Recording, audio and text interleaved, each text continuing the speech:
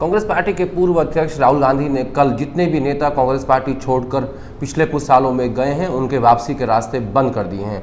कल यूथ कांग्रेस की राष्ट्रीय कारिणी की बैठक में राहुल गांधी ने कहा कि ज्योतिरादित्य सिंधिया उनके पुराने मित्र हैं, हो सकता है आज भी मित्रता हो, कि अगर वो कांग्रेस में होते तो आज मुख्यमंत्री होते। मैंने उन्हें वादा किया था कि तुम्हें जल्द ही मुख्यमंत्री बनाया जाएगा, लेकिन आज वो बीजेपी में एक बैक बेंचर की तरह हैं और बीजेपी उन्हें कभी भी मुख्यमंत्री नहीं बनाएगी।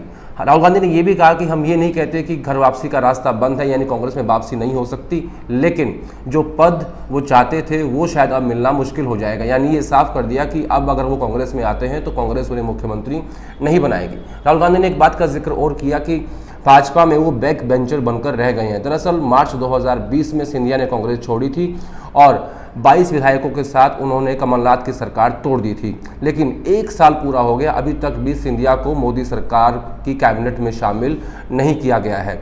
दरअसल मार्च 2020 में 22 विधायकों के साथ जो कमलनाथ की सरकार उन्होंने गिराई थी, उसके बाद शिवराज सिंह चौहान चौथी बार मुख्यमंत्री बने थे, लेकिन अभी तक भी ज्योतिरादित्य सिंधिया को कैबिनेट का जो दर्जा है उसमें शामिल नहीं किया गया है। इसके अलावा दरअसल सिंधिया ने कांग्रेस पार्टी छोड़ी क्यों थी, इसके पीछे की जो कहानी वो आपको बताते हैं कि मार्च 2020 में मध्य प्रदेश से 2 राज्यसभा मिलनी थी, जिनमें से एक जो सीट थी वो कंफर्म थी और दूसरी सीट पे कुछ नंबर्स कम थे।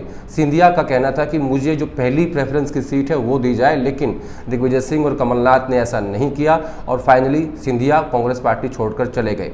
इसके अलावा अब ये कहा जा सकता है कि क्या सिंधिया की घर वापसी का रास्ता बंद हो गया, क्योंकि सिंधिया वहाँ भी गए थे, यहाँ रहते हुए भी उनकी मांग ये थी कि उन्हें मुख्यमंत्री बनाया जाए, लेकिन ऐसा नहीं हुआ क्योंकि कमलनाथ को आखिरी पारी खेलने का मौका कांग्रेस आलाकमान ने दिया। हालांकि उसमें उनकी मदद दिग्विजय सिंह ने उस वक्त की थी। मार्च 2020 में जब वो 22 एमएलए लेकर गए थे तो उन्हें कर्नाटक भेजा गया था। उसके बाद काफ़ी मशक्क़त चली, कोरोना आ चुका था, लेकिन फाइनली 15 साल के बाद बनी कांग्रेस की सरकार, कमलनाथ की सरकार को बीजेपी ने गिरा दिया और शिवराज सिंह चौहान चौथी बार मध्य प्रदेश के मुख्यमंत्री बने। हालांकि सिंधिया के लोगों को शिवराज सिंह की कैबिनेट में शामिल किया गया है, लेकिन अभी तक सिंधिया को मोदी सरकार की कैबिनेट में शामिल नहीं किया गया है। 2018 के मध्य प्रदेश के चुनाव से पहले राहुल गांधी ने ज्योतिरादित्य सिंधिया, दिग्विजय सिंह और कमलनाथ की एक बैठक बुलाई थी, जिसमें राहुल गांधी ने दिग्विजय सिंह से पूछा था कि आपकी क्या राय है, किसे मध्य प्रदेश की कमान दी जाए।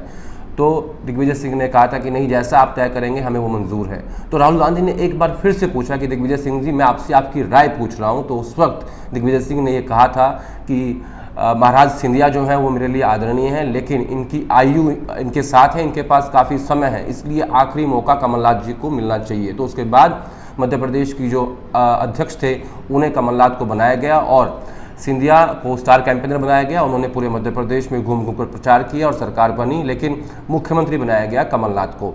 उसके बाद से सिंधिया के मन में एक नाराज़गी थी। उसके बाद जब उन्हें राज्यसभा नहीं दी गई मार्च 2020 में, तब उन्होंने पार्टी छोड़ दी और वो 22 विधायक लेकर चले गए। अब इसके अलावा कल की बैठक में राहुल गांधी ने क्या कहा? राहुल गांधी ने कहा कि गुजरात के नेता शंकर सिंह वाघेला भी कांग्रेस में आना चाहते हैं, लेकिन ऐसा नहीं हो सकता कि एक ही व्यक्ति को सारी पावर दे दी जाए, इससे जो कार्यकर्ता है उसको नुकसान होता है। तो उन्होंने 2 लोगों का जिक्र किया, एक ज्योतिरादित्य सिंधिया का कि जो कभी मुख्यमंत्री नहीं बन पाएंगे, और दूसरा शंकर सिंह वाघेला का जो गुजरात के काफ़ी सीनियर नेता हैं, उनका भी जिक्र किया।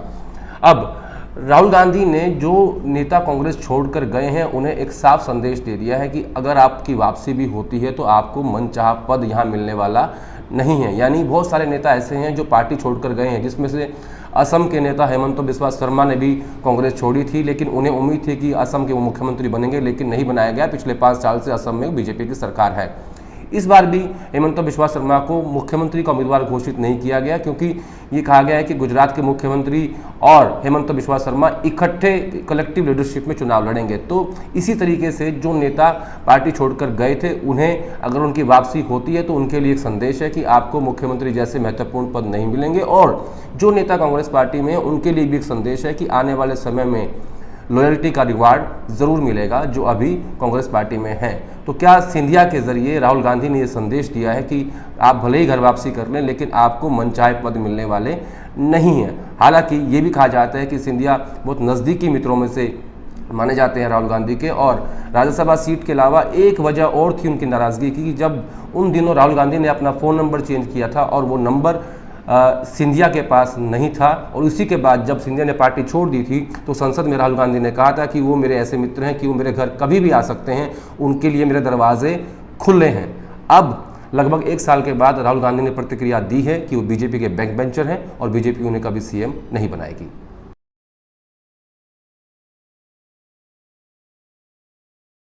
इतनी चिंता राहुल जी को अब है, काश उतनी चिंता होती जब मैं कांग्रेस में होता।